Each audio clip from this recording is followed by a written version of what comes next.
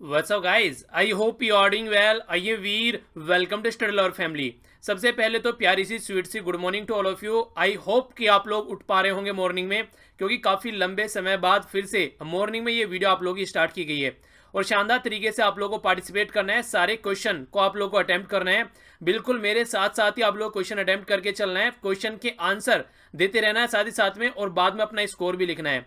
Score कितना भी कम क्यों ना, अभी परेशान नहीं होना है। आगे जैसे आप लोग प्रैक्टिस करते चलेंगे आप लोगों का यहाँ पर पोर्शन कवर होता चला जाएगा।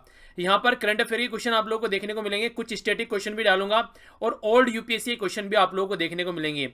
ये जो रेशियो है ये चेंज होता रहेगा, कभी कुछ ज़्यादा होगा तो कभी कुछ ज़्यादा होगा, पर हाँ ये है कि इतना कवर करा दूंगा कि अगर ढंग से आप लोग कवर कर चलेंगे तो एग्जाम में जब बैठेंगे तो आप लोग कंफर्टेबल फील करेंगे, अगर मेरे साथ प्रैक्टिस करते हुए आप लोग चलेंगे तो जो अब आप लोग यहाँ पर टाइम टेबल रहने वाला है ये मैंने फिक्स कर दिया है। इसमें अगर कोई डाउट हो तो आप लोग नीचे कमेंट बॉक्स में लिख सकते हैं। नैनो मैगजीन आपकी जो 9 बजे आती थी शाम को, अब वो आप लोगों को 8:30 बजे मिला करेगी, ताकि आप लोगों को कम से कम 6 से 7 घंटे अगर आप लोग सोना चाहते हैं तो आप लोग सो भी सकें। तो ये टाइम मैंने इसीलिए सेट किया है क्योंकि लगभग आधे घंटे की नैनो मैगजीन होती है। तो 9 बजे से अगर आप लोग सोते हैं तो सुबह को अगर आप लोग 4 बजे उठते हैं तो आप लोगों के पास में पूरे 7 घंटे हैं, यानी कि सोते टाइम और उठते टाइम दोनों टाइम में आप लोगों के साथ रहूंगा। ओके, फिर आप लोगों को 7:30 बजे एग्जैक्ट द हिंदू न्यूज़पेपर दिखा करेगा। ये आप लोग को जरूर पढ़ते रहना है, क्योंकि अगर ये न्यूज़पेपर आप लोग पढ़कर चलेंगे तभी आप लोग क्वेश्चन अटेम्प्ट कर पाएंगे और तभी आप लोग प्रैक्टिस भी अच्छे से कर पाएंगे। और नैनो मैगजीन आप लोगों की प्रीलिम्स के पॉइंट ऑफ व्यू से ये सारी डायरेक्ट स्टेटमेंट आप लोगों को देखने को मिलती है। और द हिंदू मिक्स, यानी कि ये आप लोगों का करंट अफेयर का एक ऐसा पैकेज है, अगर ये आप लोग फॉलो करते हैं लगभग 1-1.5 घंटे का, तो क्वेश्चन आप लोग कोई भी नहीं छोड़ेंगे एग्जाम में, सब आप लोग अटेम्प्ट कर पाएंगे। तो इस तरीके से ये पूरा पैकेज मैंने सेट किया है और रिवीजन भी आप लोगों का इसी के बीच में होता रहेगा, क्योंकि नैनो मैगजीन में मैं आप लोगों को रिवाइज करता हूं और द हिंदू में तो आर्टिकल रिवीजन के आते ही रहते हैं। एक आर्टिकल एक टॉपिक कई कई बार आ जाता है, स्टेटमेंट भी रिवाइज होती रहती हैं। तो ये आप लोगों का शेड्यूल रहने वाला है जो कि आप लोगों को फॉलो करना है। इसके हिसाब से आप लोग अपना टाइम टेबल सेट कर सकते हैं। बाकी जो लेक्चर डेली स्टार्ट करा करूंगा, डेली हम लोग एक जियोग्राफिकल इंडिकेशन देखा करेंगे। ये काफी न्यूज में रहे आज की डेट में, कुछ दिनों से आप लोगों ने देखा होगा। तो डेली एक जीआई टैग जो है हम लोग डिस्कस करेंगे और उसके आज डिस्कस करूंगा, जैसे मान लीजिए दार्जिलिंग टी, कल फिर इसके बारे में ये आज क्वेश्चन पूछूंगा, कल फिर इसके बारे में डिस्कस करेंगे। यानी कि आपको भी टाइम मिलेगा, आप लोग जाकर थोड़ा सर्च कीजिए इसके बारे में और फिर कल हम इसको डिस्कस करेंगे, तभी यहाँ पर एक अच्छे लेवल की आप लोग स्टडी कर पाएंगे। तो आज यहाँ पर जैसे जीआई टैग के बारे में बोला गया, दार्जिलिंग टी, दार्जिलिंग टी है आप लोगों के सामने। हर एक जीआई टैग से 3 क्वेश्चन पूछूंगा। ये किस राज्य में आता है, कब इसको रजिस्टर किया गया और किस टाइप का है। यानी कि जैसे दार्जिलिंग टी के बारे में पूछा जाए तो कौन से टाइप का है ये, टाइप का मतलब यानी कि या तो ये आप लोग बोल सकते हैं हैंडीक्राफ्ट है या फिर एग्रीकल्चर का प्रोडक्ट है, इस तरीके से किस टाइप के ये अंदर आता है। तो ये वो वाला टाइप मैंने आप लोगों से पूछा है। तो 3 क्वेश्चन डेली आप लोगों के जीआई टैग के होंगे, क्योंकि डायरेक्ट क्वेश्चन पूछने को मिल जाता है कि जीआई टैग कौन से का है, ये किस कब इसको रजिस्टर किया गया, ये तमाम कैसे क्वेश्चन आप लोगों से मिल जाते हैं और ये बहुत फ्रीक्वेंटली आज के डेट में पूछे जा रहे हैं। तो ये आप लोगों को डेली एक क्वेश्चन यहां पर देखने को मिलेगा जो कि आप लोगों को जाकर सर्च करना है और कल फिर इसके बारे में मैं एक्सप्लेन करूंगा। और आप में से ही एक फैमिली मेंबर के द्वारा यहां पर ये सजेशन दिया गया कि सर जीआई के टैग डिस्कस कीजिए। और एक इंपॉर्टेंट बात यहां पर ये है, 300 से भी ज्यादा जीआई के टैग हैं, तो मैं यहां पर सारे कवर नहीं करने वाला हूं। मैं यहां पर ओनली वो कवर करूंगा जो आप लोग के एग्जाम में पूछे जा सकते हैं, यानी कि जो बहुत ज्यादा इंपॉर्टेंट है या फिर जो बहुत ज्यादा रिसेंटली अभी न्यूज में आए हैं, जिनको अभी रिसेंटली ये जीआई टैग का दर्जा दिया गया है। तो इस तरीके से लगभग आप लोगों को देखने को मिलेगा 100 के करीब हम लोग यहां पर जीआई के टैग कवर कर लेंगे और 100 के करीब मोर देन सफिशिएंट है, जिनसे आप लोग क्वेश्चन आराम से निकल कर आ जाएगा अगर जीआई टैग से कोई क्वेश्चन आना होगा तो। ठीक है, ये तो ये फर्स्ट क्वेश्चन हुआ करेगा डेली। आइए अब सेकंड क्वेश्चन देखते हैं। सेकंड क्वेश्चन है आप लोगों के सामने, और क्वेश्चन जैसे आप लोगों को स्क्रीन पर दिखता है, वीडियो को आप लोगों को रोक के क्वेश्चन को अटेम्प्ट करने की कोशिश करनी है, उसके बाद में आप लोगों को आगे बढ़ना है। इससे आप लोग साथ में प्रैक्टिस कर चल पाएंगे। नेशनल डिजिटल कम्युनिकेशन पॉलिसी की बात की जा रही है 2018 की, आखिर उसका एम क्या रहा है, यानी कि जो 2018 में पॉलिसी बनाई गई उसमें क्या क्या एम रखा गया।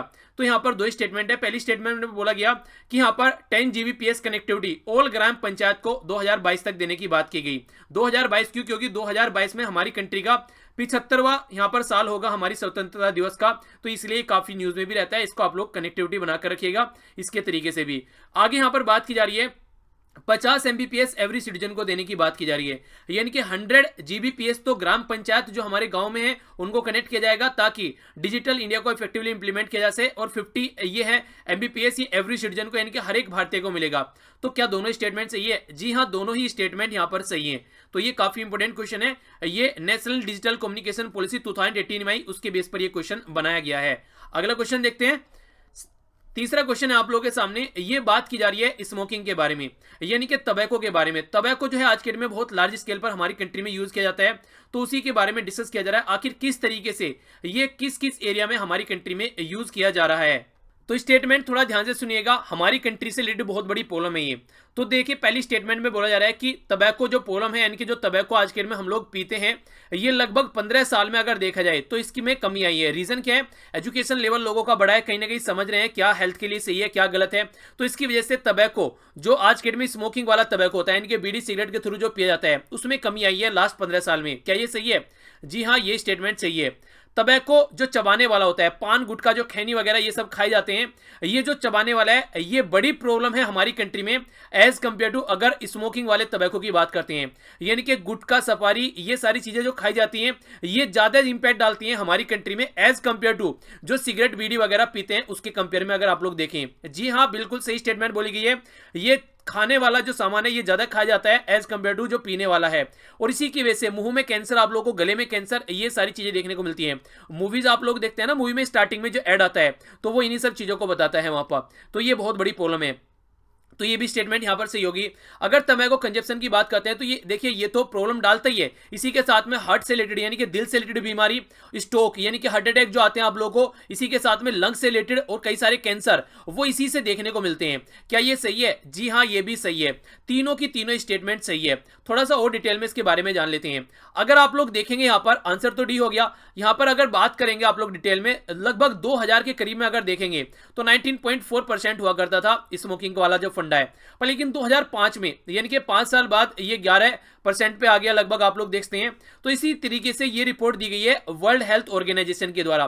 तो डायरेक्ट क्वेश्चन ये भी बन सकता है कि ये जो इंफॉर्मेशन आप लोगों के सामने है ये किसके द्वारा दी गई है, कोई भी स्टेटमेंट देकर डायरेक्ट क्वेश्चन आप लोगों से पूछा जा सकता है। तो इसको भी आप लोग थोड़ा सा ध्यान रखिएगा। आगे बात करते हैं यहाँ पर फर्दर, अगर आप लोग देखेंगे जैसे जैसे आगे बढ़ रहे हैं तो ये बोला जा रहा है कि 2020 में लगभग 9.8% हो जाएगा ये गिरकर, और 2025 में ये 8.5% हो जाएगा। तो ये भी एक्सपेक्टेशन लगाया जा रहा है कि फ्यूचर में और ज्यादा ये ड्रॉप होने वाला है, जो तंबाकू वाला फंडा ये चला हुआ रहा है। हेल्थ से रिलेटेड जो इशू आ रहे हैं वो आने वाले टाइम में खासकर जो तंबाकू वाली चीजों से कम होते हुए नजर आएंगे। थोड़ा और जानते हैं यहाँ पर, ये राजेंद्र कुमार तिवारी हैं, काफी इंपॉर्टेंट ये एक्टिविस्ट हैं, इनके बारे में आप लोग याद रखते हैं। ये सिगरेट तंबाकू इन सब चीजों के बारे में अवेयरनेस फैलाते हैं कि कोई भी इन सब चीजों को न पिया करे, ठीक है। तो इसी के चलते इन्होंने देख सकते हैं कैंपेन भी चलाई कई सारे इसके रिलेटेड, और ये जो कैंपेन था इनका वर्ल्ड नो टबैको डे, यानी कि जो वर्ल्ड में टबैको कैसे रोकना है इसके लिए डे भी सेलिब्रेट किया जाता है, जो कि 31 में है। और एक बात मैं आप लोगों को और बता दूं, आप लोगों का जो एग्जाम होगा वो जून में होगा, तो जो भी यहां पर आप लोगों से क्वेश्चन पूछे जाएंगे फेस्टिवल से रिलेटेड या फिर डे से रिलेटेड या फिर किसी अवार्ड से रिलेटेड, तो वो यहां पे लगभग आप लोगों को मई तक के आप लोगों से पूछे जाएंगे, ठीक है। तो इसलिए यहां पर अगर कोई इस तरीके से जो डे होंगे वो सारे आप लोगों के 2018 के मैक्सिमम आप लोगों से पूछे जाएंगे यहां पर, या फिर अगर आप लोगों से 19 का पूछा जाएगा तो वो मई तक के पूछे जाएंगे। तो इस तरीके से ये भी आप लोगों का इंपॉर्टेंट हो जाता है, ठीक है। तो याद रखिएगा यहां पर ये काफी इंपॉर्टेंट है, ये जो सेलिब्रेट किया जाता है 31 मई को सेलिब्रेट किया जाता है। आगे चलता हूं, क्वेश्चन नंबर 4 है आप लोगों के सामने। अगर बात करें वर्ल्ड टूरिज्म डे के बारे में, तो कौन सी कंट्री चूज की गई है यहां पर वर्ल्ड टूरिज्म डे को सेलिब्रेट करने के लिए। क्वेश्चन इंपॉर्टेंट क्यों है? इसीलिए ये इंपॉर्टेंट है क्योंकि ये क्वेश्चन आप लोगों को पता होना चाहिए आखिर वो कंट्री कौन सी है, वो भी बाद में बताऊंगा, पहले एक बार इसके बारे में जान लीजिए। वर्ल्ड टूरिज्म डे ये हर साल सेलिब्रेट किया जाता है 27 सितंबर को। अब की बार की जो थीम थी यहाँ पर टूरिज्म एंड कल्चर प्रोटेक्शन, ये इस बार की थीम थी। और देख सकते हैं यहाँ पर जो चूज किया गया 1970s में, तो वर्ल्ड टूरिज्म जो ऑर्गेनाइजेशन है उसके द्वारा यहाँ पर सपोर्ट करने की बात की गई। अगर टूरिज्म की बात करते हैं तो देखिए इससे इकोनॉमी एक्टिविटी भी बढ़ती है और कल्चर का एक तरीके से एक दूसरे के साथ में पेनिट्रेशन भी बढ़ता है, यानी कि हमारी कंट्री में कोई आएगा तो हमारी कल्चर के बारे में जानेगा, तो वो तमाम मुद्दे भी आप लोगों को यहाँ पर निकलकर सामने आते हैं। हमारी कंट्री यानी कि हमारा प्यारा भारत यहाँ पर सेलेक्ट किया गया वर्ल्ड टूरिज्म डे सेलिब्रेट करने के लिए 2019 के लिए। तो इसलिए आप लोगों से डायरेक्ट क्वेश्चन यहाँ पर बन सकता है, इससे रिलेटेड कब सेलिब्रेट किया जाता है और 2018 की थीम क्या थी, ये भी क्वेश्चन बन सकता है, क्योंकि 19 में तो ये सितंबर में सेलिब्रेट होगा और सितंबर का मतलब है कि आप लोगों का एग्जाम तब तक हो चुका होगा, तो 18 की थीम आप लोगों से पूछी जाएगी, ठीक है। तो ये याद रखिए आप लोग। आगे चलता हूं, क्वेश्चन नंबर 5 है आप लोगों के सामने। बात की जा रही है हमारी कंट्री में फर्स्ट मल्टी स्किल पार्क अभी रिसेंटली ये बनाया गया, तो ये कहां पर बनाया गया, बोल रहे हैं भोपाल में बनाया गया। क्या ये सही है? और ये एशियन डेवलपमेंट बैंक की हेल्प से बनाया गया, जिसके द्वारा 150 मिलियन का लोन दिया गया इंडिया को ये फर्स्ट मल्टी स्किल पार्क बनाने के लिए। यानी कि जो हमारी कंट्री की लेबर है, हमारी कंट्री की जो वर्क फोर्स में पार्टिसिपेट करने वाली जनता है, किस तरीके से उसको और ज्यादा कौशल बनाया जा सकता है, उसके ऊपर फोकस देने की बात की गई। और एशियन डेवलपमेंट बैंक जिसका हेडक्वार्टर फिलीपीन में है, इसके द्वारा यहां पर इसको सपोर्ट किया गया। क्या स्टेटमेंट सही है, बताइए। सेकंड स्टेटमेंट की तरफ चलते हैं। यहां पर यह बोला जा रहा है कि ये जो ग्लोबल स्किल पार्क होगा जो हमारी कंट्री में, ये एक तरीके से इंटरनेशनल लेवल की फैसिलिटी सारी देखने को मिलेगी और एक तरीका ट्रेनिंग सेंटर होगा ताकि जो प्रशिक्षण अच्छा दिया जा सके। तो क्या स्टेटमेंट सही है? तो ए सही है या फिर बी सही है, सी सही है या डी सही है? तो आंसर है आप लोगों के सामने, आंसर दिया कीजिए मेरा आंसर देने से पहले। आंसर आप लोगों के सामने सी, यानी कि दोनों ही स्टेटमेंट सही है। पहली बात यह है एशियन डेवलपमेंट बैंक सपोर्ट कर रहा है, कितने का दे रहा है? 150 मिलियन का लोन दे रहा है। कहां पर स्टेब्लिश किया जा रहा है? भोपाल, यानी कि मध्य प्रदेश में ये स्टेब्लिश किया जा रहा है। इंटरनेशनल लेवल की सारी फैसिलिटी होगी, उसी लेवल की क्वालिटी और ट्रेनिंग यहां पर प्रोवाइड कराई जाएगी। ओके, क्योंकि इंडिया में है और एशिया का फर्स्ट इंडिया में है और ये फर्स्ट है हमारी कंट्री में, तो इसलिए आप लोगों से क्वेश्चन बन सकता है। आगे चलता हूं, छठा क्वेश्चन देखते हैं। बात की जा रही है इंडियन मेट्रोलॉजिकल डिपार्टमेंट के द्वारा, जब बात की जाती है नॉर्मल मानसून की, तो वो कितना क्राइटेरिया यहां पर रखता है, यानी कि किसके बीच में हम लोग नॉर्मल मानसून बोलते हैं, ये बात यहां पर क्वेश्चन पूछा गया है। सबसे पहले इंडियन मेट्रोलॉजिकल डिपार्टमेंट के बारे में 1875 में इसका गठन किया गया था और हमारी कंट्री के जो इसका आईएमडी का हेडक्वार्टर है वो है न्यू दिल्ली में। मिनिस्ट्री जो रेस्पॉन्सिबल है यहाँ पर, ये है मिनिस्ट्री ऑफ अर्थ साइंस के अंडर में आता है और हर्षवर्धन आज के डेट में इसके मिनिस्टर हैं। के रमेश यहाँ पर आज के डेट में इसके डायरेक्टर हैं। बाकी अब देखते हैं क्वेश्चन के बारे में। क्वेश्चन में जो बात की जा रही है नॉर्मल मानसून पूछा है, तो आंसर यहाँ पर आप लोग पहले इसको समझिए, तब आप लोग समझ पाएंगे। कैटेगरी और रेनफॉल, यानी कि अगर लंबे समय का रेनफॉल आप लोग देखते हैं, जो एलपी है इसका मीनिंग भी आप लोगों के सामने यहाँ पर लिखा हुआ है। ये देखिए यहाँ पर लॉन्ग पीरियड एवरेज, यानी कि लंबे समय का जो एवरेज होता है वो निकालते हैं। एक लंबे समय का मान लीजिए आप लोग 40 साल का एवरेज निकाल लिया या फिर 50 साल का एवरेज निकाल लिया, तो लंबे समय का एवरेज यहां पर निकाला जाता है मानसून का और उसके बेस पर एस्टिमेशन लगाया जाता है कि अब की बार कैसा मानसून रहेगा। डेफिशिएंट का मतलब है कि 90 से, ये यहां पर 90 से कम अगर रहने वाला है। बिलो नॉर्मल बोला जा रहा है 90 से 96 के बीच में। नॉर्मल बोला जा रहा है 96 से 104 यानी कि 104 तक। अबव नॉर्मल बोला जा रहा है 104 से लेके 110 तक और एक्सेस में हो जाता है अगर 110 से ज्यादा होता है। तो कौन सी कैटेगरी यहां पर आती है अगर हम लोग रेनफॉल की बात करते हैं, तो 96% से लेके 104 के बीच में यह माना जाता है कि नॉर्मल मानसून रहेगा अगर इस कैटेगरी में हम लोग इसको काउंट करते हैं according to long period average, यानी कि लंबे समय का अगर एवरेज हम लोग निकालते हैं। और ये पूरी प्रक्रिया की जाती है इंडियन मेट्रोलॉजिकल डिपार्टमेंट के द्वारा। ओके, ये काफी इंपॉर्टेंट क्वेश्चन आप लोगों से पूछे जा सकते हैं इससे रिलेटेड। आगे चलता हूं, तो हाँ आंसर यहां पर इसका ए हो गया। ठीक है, आइए अब आगे बढ़ते हैं।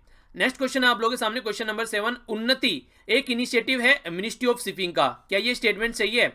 सेकंड स्टेटमेंट में बोला जा रहा है इसका एम है इनहेंस करने के लिए, खासकर ऑपरेशनल, कैसे ऑपरेशनल किया जा सकता है, और फाइनेंशियल परफॉर्मेंस, यानी कि एक तरीके से परिचालन और वित्तीय प्रदर्शन, यहां पर जो माइनर पोर्ट है उसके लिए सपोर्ट करने की बात की जा रही है। तो ये माइनर पोर्ट के लिए नहीं है, ये मेजर पोर्ट के लिए है। ठीक है, तो सेकंड स्टेटमेंट गलत हो गई। मिनिस्ट्री ऑफ शिपिंग के अंडर में आता है, जी हाँ मिनिस्ट्री ऑफ शिपिंग के अंडर में आता है। तो ये भी थोड़ा सा आप लोग डिटेल में इसको समझ लीजिए। आंसर अगर आप लोग यहां पर इसका देखेंगे तो आंसर तो हो गया इसका ए। अब बातें करते हैं थोड़ा डिटेल में। टोटल मिलाकर हमारी कंट्री में 12 मेजर पोर्ट हैं।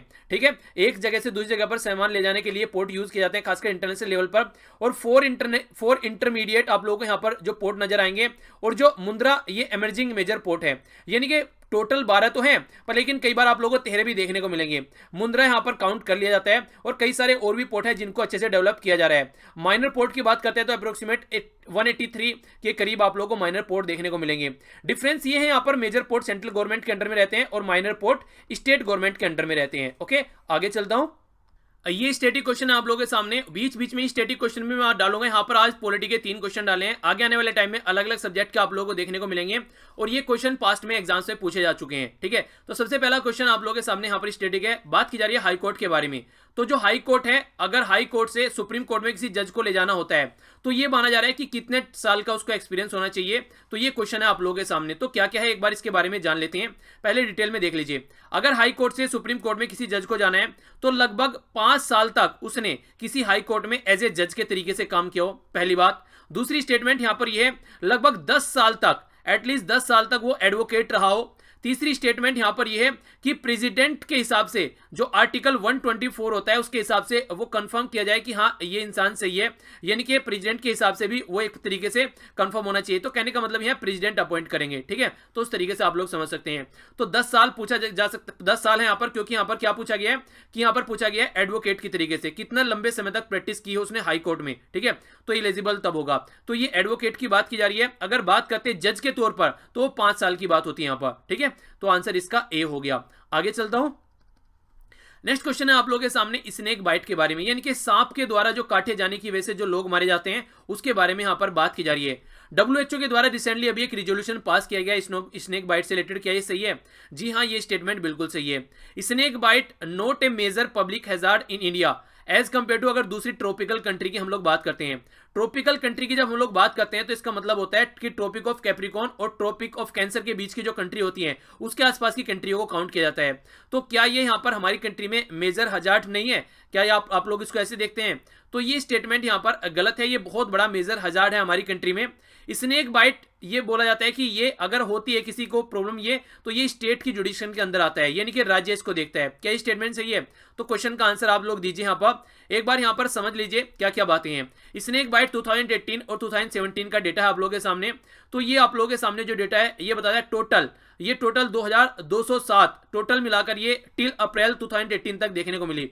अगर 17 में देखें तो 2857 देखने को मिली।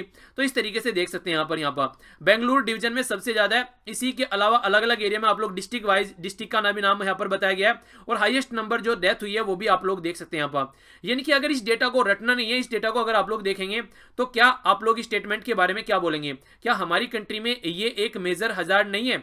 तो ये है, यानी कि ये स्टेटमेंट यहाँ पर गलत है। तो स्टेटमेंट फर्स्ट सही है, रिजोल्यूशन पास किया गया, और थर्ड सही है, यानी कि फर्स्ट और थर्ड स्टेटमेंट सही है, तो आंसर बी हो गया। थोड़ा डिटेल में और जान लेते हैं। यहाँ पर WHO के हिसाब से ये माना जाता है कि लगभग 1 लाख लोग यहाँ पर हर साल इसकी वजह से मारे जाते हैं, स्नेक बाइट की वजह से। तो उसमें से 46,000 ओनली इंडिया में मारे जाते हैं। समझ रहे हैं आप लोग? 46,000 हमारी कंट्री में जान जाती है अगर आप लोग यहाँ पर 1 लाख लोग अगर वर्ल्ड में मरते हैं तो ये समझिए कि इंडिया में काफी बड़ी प्रॉब्लम है ये। अगर आप लोग कंपेयर करके देखते हैं, ये सारी इंफॉर्मेशन वर्ल्ड हेल्थ ऑर्गेनाइजेशन के द्वारा दी गई है। अगला क्वेश्चन देखते हैं। नेक्स्ट क्वेश्चन में बात की जा रही है जुडिक्शन अंडमान एंड निकोबार वाले जो आइलैंड है उनकी जुडिक्शन किसके एरिया में आती है। देखिए अगर आप लोग हमारी कंट्री में देखेंगे टोटल मिलाकर 25 हाईकोर्ट हो गए हैं। अभी तेलंगाना और आंध्र प्रदेश का अलग हाईकोर्ट बना है, उसके बाद में 25 हाईकोर्ट हो गए हैं। तो 25 हाईकोर्ट में से कुछ एरिया ऐसे हैं जिनका अलग हाईकोर्ट नहीं है, तो इसलिए अंडमान और निकोबार वाले एरिया की जो है जुडिक्शन यहाँ पर ये आप लोगों को देखने को मिलेगी कोलकाता हाईकोर्ट के अंदर, यानी कि आंसर इसका सी हो गया। ठीक है, तो ये याद रखिए, काफी इंपॉर्टेंट है कोलकाता हाईकोर्ट। ओके, आगे चलते हैं। बाकी अगर टोटल आप लोगों से कोई हार्ड कोर्ट पूछे तो आज के में 25 हाई कोर्ट है हमारी कंट्री में, 29 टोटल मिलाकर राज्य हो गए। एक क्वेश्चन चलिए मैं आप लोगों से पूछता हूं, 25 हाई कोर्ट है, 29 राज्य है, 4 कौन से ऐसे एरिया है जिसके खुद के हाई कोर्ट नहीं है? नीचे कमेंट बॉक्स में बताइए। यूनियन टेरिटरी में ओनली दिल्ली एक ऐसी यूनियन टेरिटरी है जिसका इकलौता हाई कोर्ट है। ओके, आगे बढ़ता हूं। बात की जा रही है किसका पॉजिटिव इंपैक्ट पड़ता है हमारी इकोनॉमी के ऊपर। सबसे पहले ऑयल प्राइस, अगर क्रूड यानी कि कच्चा तेल होता है उसका प्राइस बढ़ जाता है, क्या पॉजिटिव इंपैक्ट पड़ता है? दूसरा बात की जा रही है गांव की जो इकोनॉमी, अगर कंजप्शन बढ़ता है यानी कि लोगों के हाथ में पैसा जाता है और वो सामान खरीदते हैं, क्या इंपैक्ट पड़ता है? इसी के साथ में प्राइवेट इन्वेस्टमेंट, क्या इसका क्या इंपैक्ट पड़ता है? तो आंसर आप लोगों के सामने है, यहाँ पर आप लोग नीचे आंसर बताइए। तो देखिए इसका तो नहीं पड़ेगा क्योंकि क्रूड ऑयल जो अगर प्राइस बढ़ेगा तो हमारी इकोनॉमी पे नेगेटिव इंपैक्ट पड़ेगा। अगर बात करें गांव की इकोनॉमी बढ़ने की और प्राइवेट इन्वेस्टमेंट बढ़ने की, इनके दोनों से पॉजिटिव इंपैक्ट पड़ता है, यानी कि प्राइवेट जितना इन्वेस्टमेंट बढ़ेगा और जितनी ज्यादा गांव की इकोनॉमी बढ़ेगी वो अच्छी है। तो इस तरीके से आंसर आप लोगों के सामने बी हो गया। नेक्स्ट क्वेश्चन है, ये भी पास्ट में पूछा जा चुका है, यूपीएससी में भी ये क्वेश्चन आ चुका है। बात की जा रही है यहाँ पर नेशनल कैपिटल टेरिटरी के बारे में। तो कौन सा अमेंडमेंट है यहाँ पर जो नेशनल कैपिटल टेरिटरी से रिलेटेड, जो कि यहाँ पर नेशनल जो दिल्ली को as a national capital territory का दर्जा देता है? तो ये है कॉन्स्टिट्यूशन अमेंडमेंट 69, यानी कि 69वां ये संविधान संशोधन था। और आगे थोड़ा सा मॉडिफाई करके आप लोगों से ये पूछा जा सकता है कि ये अमेंडमेंट हुआ कब था? तो ये 1991 यानी कि 1991 में ये अमेंडमेंट किया गया था। तो ये भी आप लोग याद रख सकते हैं। आगे चलता हूं। नेक्स्ट ये फैक्चुअल क्वेश्चन है और वो भी डायरेक्ट क्वेश्चन है, consumer price index for industrial workforce. तो ये किसके द्वारा प्रिपेयर किया जाता है? औद्योगिक श्रमिक, जो यहाँ पर आज की डेट में जो उपभोक्ता मूल्य सूचकांक है वो किसके द्वारा तैयार किया जाता है? तो ये है labour ministry of labour and employment. तो आंसर हो गया इसका ए। आगे बढ़ते हैं। नेक्स्ट क्वेश्चन है यहाँ पर, ये है क्वेश्चन नंबर 14। अभी recently model code of conduct के बारे में आप लोगों ने सुना, तो मॉडल कोड ऑफ कंडक्ट के ऊपर मैंने कंप्लीट वीडियो भी बनाई थी, जाकर देखते हैं जिस किसी ने नहीं देखी। बात यहाँ पर ये की गई कि अगर हमारी कंट्री में मॉडल कोड ऑफ कंडक्ट लग जाता है तो क्या वो असेंबली भी इसके अंडर में आती है जो कि प्री मेच्योरली डिसोल्व कर दी जाती है, यानी कि अपने टाइम से पहले जो सी असेंबली डिसोल्व कर दी जाती है, क्या वो भी इसके अंडर में आती है? तो इसका क्वेश्चन का आंसर है जी हाँ। तो ऐसी कौन सी असेंबली थी अभी जो प्री मेच्योरली डिसोल्व की गई थी, ये है क्वेश्चन। तो ये थी किसकी? तेलंगाना की असेंबली, जो कि अभी प्री मेच्योरली डिसोल्व कर दी गई थी। तो यहां पर भी मॉडल कोड ऑफ कंडक्ट लगा, और अभी recently model code of conduct लगा हुआ है हमारी कंट्री में, क्योंकि अनाउंसमेंट कर दिया गया है इलेक्शन। तो उसके बारे में मैंने डिटेल में आप लोगों से वीडियो बनाई थी, तो जाकर आप लोग देख सकते हैं। आगे बढ़ते हैं। वैसे मॉडल कोड ऑफ कंडक्ट से आपकी बार आप लोगों से स्टैटिक क्वेश्चन कई सारे पूछे जा सकते हैं, तो इसलिए डिटेल में डिस्कस किया है मैंने, क्योंकि कब ये इसकी इंप्लीमेंट किया गया, किस तरीके से इसको इंप्लीमेंट किया जाता है, क्या यहाँ पर ये इंप्लीमेंट करने से क्या क्या यहाँ पर कंट्रोल किया जाता है, तो वो तमाम मुद्दे हम लोग को वहां पर देखने को मिले। अगला क्वेश्चन देखते हैं। आप लोगों को छोड़े जाता हूं अगले क्वेश्चन के साथ में, खुद आंसर सर्च कीजिएगा इसका। सर्जिकल स्ट्राइक, सर्जिकल स्ट्राइक काफी न्यूज में है, क्वेश्चन बनने के चांसेस काफी ज्यादा हैं। पराक्रम पर्व हमारी कंट्री में सेलिब्रेट किया गया, और ये जोधपुर में, तो सेकंड एनिवर्सरी थी सर्जिकल स्ट्राइक की, तो तब हम लोगों ने सेलिब्रेट किया, और प्राइम मिनिस्टर नरेंद्र मोदी जी के द्वारा ये इनोग्रेट किया गया। सर्जिकल स्ट्राइक पाक ऑक्युपाइड एरिया में हमारी कंट्री की जो फोर्सेज के द्वारा कब की गई थी, ये है क्वेश्चन जिसका आंसर आप लोगों को देना है। तो इसके साथ में छोड़े जा रहा हूं आप लोगों को। बाकी सेशन कैसा लगा जरूर बताइएगा नीचे कमेंट बॉक्स में, और जो भी क्वेश्चन पूछे उनका आंसर जरूर दीजिएगा। इसके अलावा जो लेक्चर की पीडीएफ है आप लोग टेलीग्राम से जाकर डाउनलोड कर सकते हैं, दोनों ही टेलीग्राम पे मिल जाती है। स्टडी लवर वीर और वीर तालियान, दो टेलीग्राम है, जाकर सर्च कर लीजिएगा, आप लोगों को डायरेक्ट मिल जाएगा। फेसबुक पर पेज है यहाँ पर स्टडी लवर वीर और वीर तालियान के नाम से, यहाँ पर भी आप लोग जाकर इसको देख सकते हैं। बाकी मेरे साथ में कनेक्ट रह सकते हैं यहाँ पर इंस्टाग्राम पर, ट्विटर पर और यूट्यूब पर भी। यहाँ पर एक और चैनल है, यहाँ पर भी आप लोग कनेक्ट रह सकते हैं। कभी कभी अभी यहाँ पर कोई प्रॉब्लम आ जाती है तो यहाँ पर आप लोगों को वीडियो मिल जाती है। तो ये था टोटल आज का डिस्कशन। आई होप कि आप लोगों को लेक्चर पसंद आया होगा। अगर कोई सजेशन सुझाव हो तो नीचे कमेंट बॉक्स में जरूर दीजिएगा। 4 बजे एग्जैक्ट टाइम है, मेरे साथ जरूर उठेगा। देखिए एक बार मेहनत कर लीजिए, पूरी लाइफ आप लोग एंजॉय करेंगे, और मेरे साथ में आप लोगों को प्रैक्टिस करके चलना है। इसके बाद में आप लोगों को रिवाइज भी करना है। अगर लेक्चर पसंद आता है तो लाइक जरूर कीजिए, शेयर जरूर कीजिएगा फेसबुक व्हाट्सएप पर, क्योंकि जो भी प्रिपेयर कर रहे हैं कम से कम उन तक ये पहुंच जाए। और इसी के साथ में आसपास सफाई रखिए, पानी और पेड़ पौधों को सेव कीजिए, पॉलिथीन और प्लास्टिक वगैरह बिल्कुल यूज नहीं करना है। मिलता हूं नेक्स्ट लेक्चर में, जो कि होगा द हिंदू का, तो उससे एंजॉय करते रहिए। Thanks a lot for listening. बड़ों को नमस्ते, छोटों को प्यार, छोटी सी लाइफ एंजॉय करो यार। मिलता हूं नेक्स्ट लेक्चर में, तब तक के लिए जय हिंद।